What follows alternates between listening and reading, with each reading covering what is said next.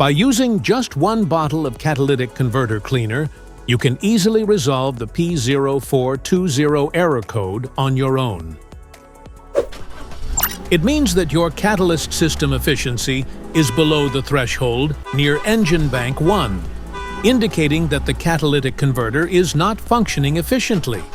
As a result, the vehicle is increasing the output of harmful pollutants. So, what causes this imbalance? Here are the most common culprits.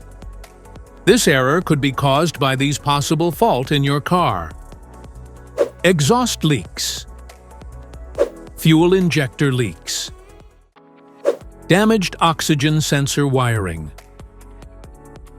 faulty engine coolant temperature sensor, faulty catalytic converter. This video is going to show you a practical solution to fix this error code at home. Use a cleaner of your choice. Simply add the cleaner to your gas tank, ensuring you use the appropriate amount based on the specific cleaner you choose.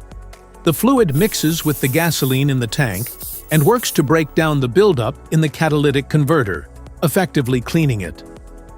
Then you can drive your car for 150 miles or run the engine at about 200 RPMs for 30 minutes to run the cleaner through.